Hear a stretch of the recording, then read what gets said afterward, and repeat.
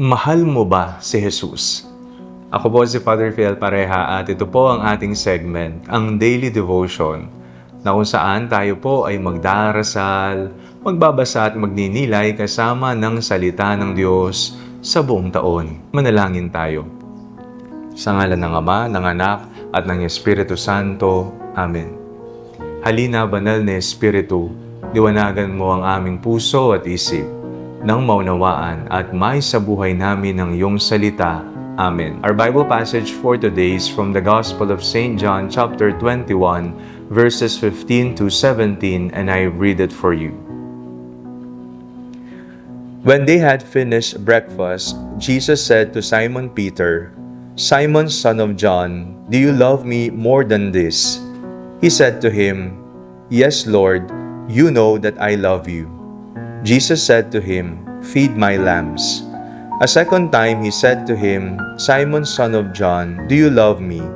He said to him, "Yes, Lord, you know that I love you."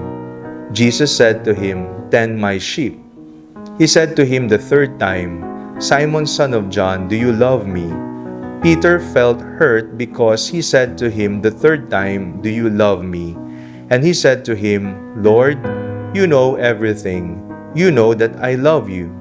Jesus said to him, "Feed my sheep." Kapag pumahal natin ang isang tao, natural lang na gusto natin siyang makasama. Kapag mahalaga siya sa atin, hinahanap-hanap natin siya.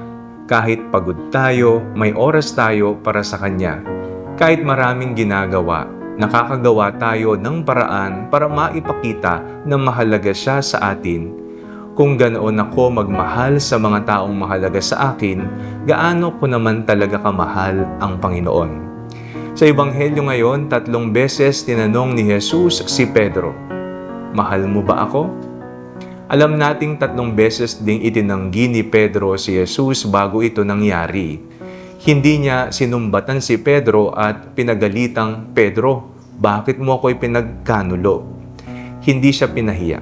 Sa halip, binibigyan siya ni Jesus ng pagkakataong muling ipahayag ang kanyang pagmamahal. At pagkatapos ng bawat sagot ni Pedro, may kasunod na utos si Jesus, "Pakainin mo ang aking mga tupa."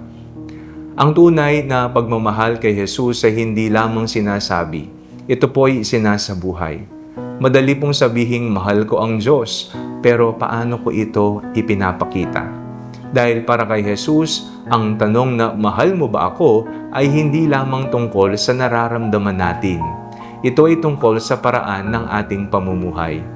At marahil, tulad ni Pedro, hindi rin perpekto ang pagmamahal natin sa Diyos.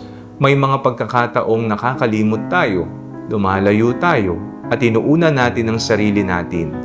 Pero ang magandang balita para sa ating lahat, hindi tayo sinusukuan ni Jesus. Paulit-ulit niya tayong tinatanong, "Mahal mo ba ako?" Di tayo inuhusgahan, kundi para ibalik tayo sa Kanya. Mahal ko ba ang Diyos? Tanungin po natin ang ating sarili, kung tunay ko siyang mahal, ano ang handa kong gawin para sa Kanya? Ang sukatan ng pagmamahal natin sa Diyos ay hindi kung gaano kadalas nating sabihin na, "Mahal kita, Lord," kundi kung gaano natin siya pinipiling mahalin sa bawat araw, sa bawat desisyon, at sa bawat taong ipinagkakatiwala niya sa atin.